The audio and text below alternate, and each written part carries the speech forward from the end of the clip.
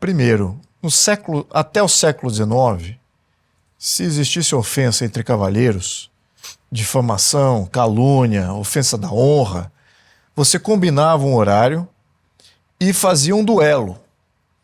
E às vezes os dois sobreviviam, porque erravam o tiro, às vezes um morria, às vezes os dois morriam, mas era algo combinado dentro de um acordo de cavalheiros e vamos resolver as diferenças dessa maneira.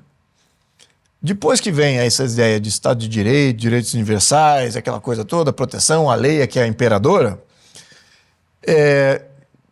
se estabelece normas e uma série de regras e condutas que afetam esse comportamento. Na minha opinião, o Datena falha nas duas. Ele falhou na primeira porque foi um ataque covarde, o outro não estava esperando esse ataque, então ataque covarde. Se tivesse combinado, ele acho que perdia. Se fosse um duelo de cadeiras. Se fizesse um duelo de cadeiras, acho que o Datena perdia. E do ponto de vista de violação das leis e regras atuais, ele está em total... Ele cometeu um crime ali. Por que não prenderam ele em flagrante? Eu não sei.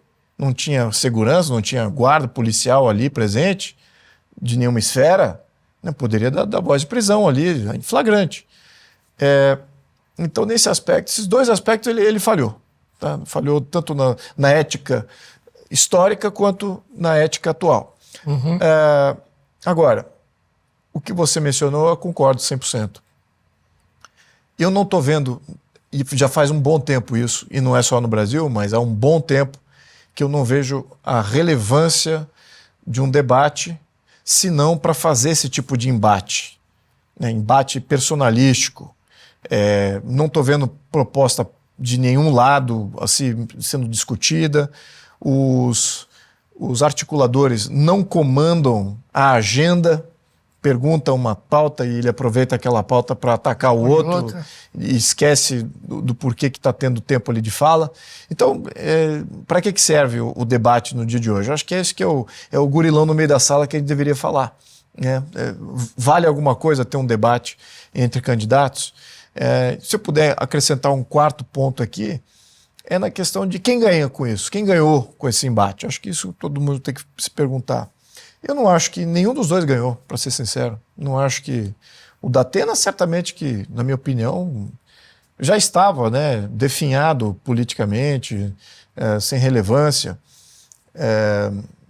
O Marçal também não vejo ele ganhando, porque atraiu essa ira, né, e meio que criou ali uma situação, não sei se ele criou ou já vinha com uma situação pregressa essa, de embates ali personalísticos entre ele e o Datena, e faz bem para a campanha dele. Se eu fosse o Marçal, eu estaria buscando esse entreveiro com o Datena. Só se fala nisso, né? Perdão? Por exemplo, só se fala nisso. Ninguém lembra do Boulos, mas... mas exato. Se for por esse lado... Se for por esse lado... Não sei se isso é bom dessa forma. Pois se for para ganhar atenção, mas eu acho que ele já tem atenção bastante. Então eu não acho que tem vitória ali de qualquer forma. Também, aí o Datena, na minha opinião, implodiu completamente qualquer chance que ele teria. Deveria estar respondendo já em flagrante. E já parece que vai participar do próximo debate, só no Brasil mesmo, com essa lei assimétrica, né? Quem é da esquerda é protegido pelos jornalistas, quem é pelo sistema jurídico, e quem é da direita sofre todo o peso da lei, todo o peso das regras e normas e da mídia. Então a gente está com uma assimetria aí muito grande. E nesse aspecto, o único que está levantando a bola para falar exatamente dessa assimetria é o Marçal.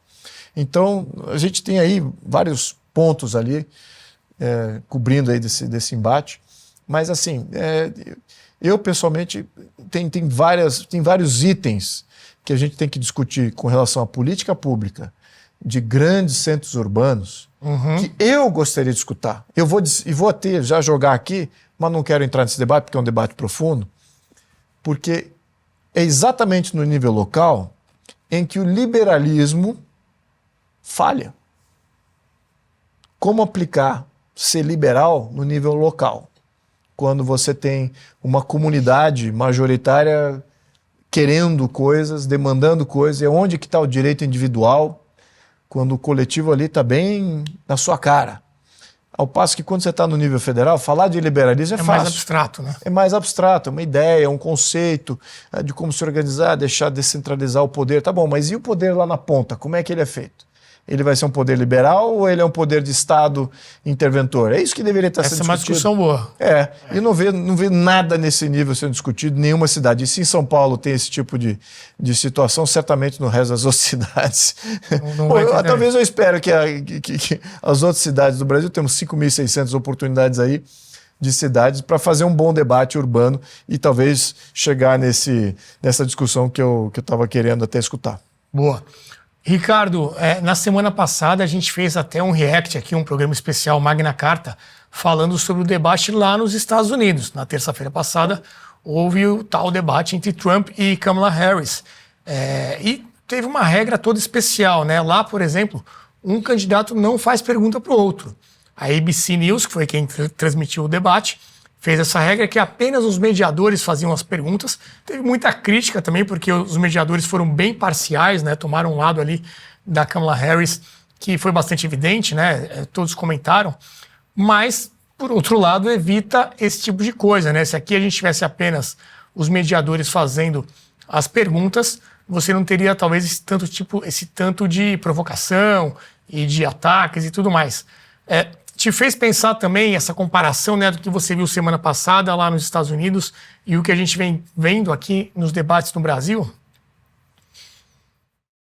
Olha, sim, né? Primeiro, as emissoras vêm tateando com um modelo de debate, né? Tentando mudar. Aí na última eleição deram bastante espaço para aquele tipo de debate em que o candidato fica caminhando no palco e que tem um tempo X para gastar e que ele decide quanto vai usar com cada resposta.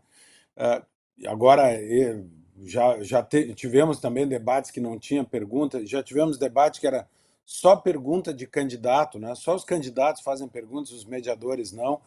As TVs ficam tentando achar alguma fórmula de debate que faça ficar interessante. A verdade é que o debate não serve para o que a maioria dos jornalistas acha que serve, que é para apresentar propostas, e ficam cobrando. Mas qual é a sua proposta? Qual é a sua proposta? Como se em 2 minutos alguém pudesse explicar uma solução específica para um problema complexo.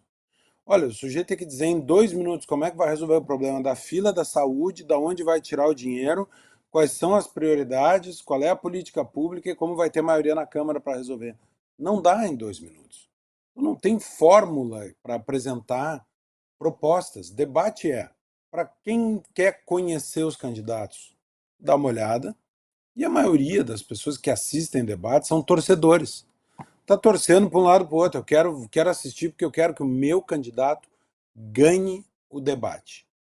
Agora, se é verdade que as eleições americanas vinham numa linha de ofensas pessoais, até o último debate foi um pouco mais leve com relação a isso. Aqui, a eleição de São Paulo, principalmente, está fazendo a eleição americana parecer brincadeira no jardim de infância. Cadeirada. Claro, estou falando dentro do debate, né? Não da segunda tentativa de assassinato do Trump, que depois nós vamos falar nela. Mas o debate em si, né? Um nível baixíssimo, né? Eu acho que ninguém quer isso. Eu acho que nas campanhas também tem um momento que os candidatos estão o favorito, né? Tem pesquisas mostrando o Marçal liderando. O que o sujeito quer? Ele quer que a campanha não sofra sobressaltos, né? É mais ou menos na Fórmula 1, quando o piloto já abriu uma volta lá em relação ao segundo colocado e vem aquele recado no rádio assim: traz para casa, não força as curvas, não passa na zebra, não acelera onde não deve, vai com calma e traz para casa. Então, talvez para o Marçal, que aparentemente lidera as pesquisas, um fato novo dessa natureza seja ruim. Para o Datena eu não vou nem falar, o Datena tinha que ter recebido voz de prisão no fim do debate. Por quê? Porque é verdade que xingamento, em tese, existe no Brasil crime de calúnia, de injúria e de difamação. Mas tem jurisprudência farta de que na política esses crimes eles são, de certa forma, atenuados, porque as ofensas, a troca de ofensas faz parte. Quem entrou na política tem que ter couro duro para isso, né? O Lobauer falou, tem que aguentar. Mas a agressão não tem jurisprudência dizendo que quem entrou na política tem que aguentar uma cadeirada. Isso, ele tinha que ter recebido voz de prisão em flagrante.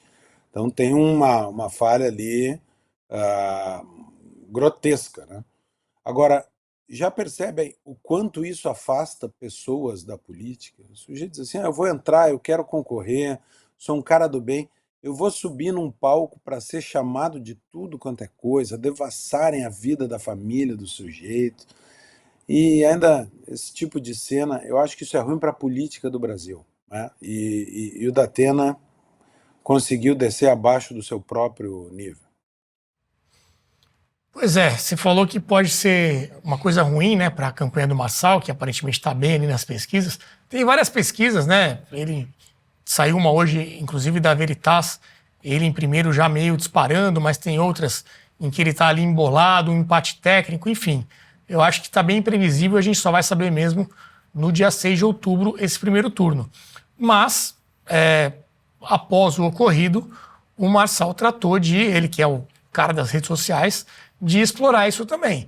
Teve um vídeo, inclusive, que me chamou a atenção, que foi ele saindo de ambulância para ir até o hospital. Vamos dar uma olhada.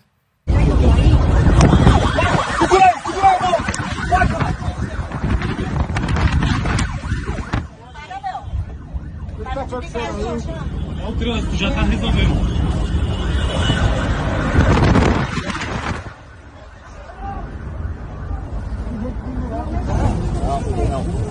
Tá tudo bem. Bom, ele quebrou uma costela, né? Eu até uma vez tive uma batida assim na piscina, bati aqui do lado. Você fica realmente sem ar, você fica ali um pouco, né? É dificultoso, mas não sei se era para tanto. E depois ele postou uma imagem que também gerou alguns comentários, que foi essa montagem aí da foto dele ali sendo atendido com os atentados feitos contra o Jair Bolsonaro e o Donald Trump. Tá lá, ó. Vamos colocar em tela cheia. Em cima está o Trump após o tiro que ele tomou na orelha, a milímetros ali da cabeça. O Marçal no meio ali se defendendo da cadeirada e o Bolsonaro tomando uma facada na barriga. Ô Luiz Felipe, você acha que ele tentou fazer uma equivalência ali? Tem uma exploração midiática também? Qual a tua análise aí dessa... Bem, eu já quebrei 2 costelas andando de moto e concordo com você. Eu não precisava tanto assim da coisa. Em termos de símbolo, agora, o Jair Bolsonaro, pelo amor de Deus, quase morreu, uma faca gigantesca. Assim, eu me lembro muito bem daquele momento. Então, assim, não dá para se comparar. O Trump também, se for comparar, o machucado talvez não seja por aí, né? Porque, relativamente falando, o Trump também acho que até um nequinho aqui da orelha é menos do que a costela, até, simbólico, sim. Em termos de dano físico, né? Agora, simbolicamente, eu acho que é uma linha. É uma linha, assim. Acho que tem alguma coisa aí a ser dito. E onde que está a linha? Você veja, o Jair Bolsonaro foi perseguido, tentativa de assassinato, até agora a gente não sabe quem é o fulano. No caso do Trump, não sei qual é o trâmite que está ali perseguindo lá os... aliás, foi morto, né, a tentativa de assassinato dele. Agora, na segunda vez, vamos ver se vão ser bem expeditos ali em descobrir quem ele era e tal. Mas o primeiro morreu. No caso do Marçal, é um outro candidato que não teve prisão em flagrante. Então, a gente ainda está com um senso de injustiça muito grande. Então, tem uma linha aí nessa imagem que talvez seja a linha correta de análise. De análise, né? Agora, pelos machucados, eu acho que eu não iria nessa linha, não exploraria isso. Eu acho que o recado ali, Lobauer, é mais que assim, a direita, né? E aí o Marçal se colocando à direita, sendo sempre o alvo desse tipo de ataque, né? Também de acho. Atentado. Nas devidas proporções, tanto dos atentados, vamos chamar tudo de atentado, ou dos casos, ou da relevância dos políticos envolvidos, certamente ele está valorizando. Eu não faria a mesma coisa, mas eu não vou também dizer que não é assim que se faz política em qualquer lugar. Então, está valorizando, fez esse show-off todo, ganha visibilidade, tanto que nós estamos falando aqui da cena, e eu acho sim que na política e na campanha é importante que falem de você, falem mal, mas falem de mim, você tem que estar aparecendo mesmo, e assim ele consegue aparecer.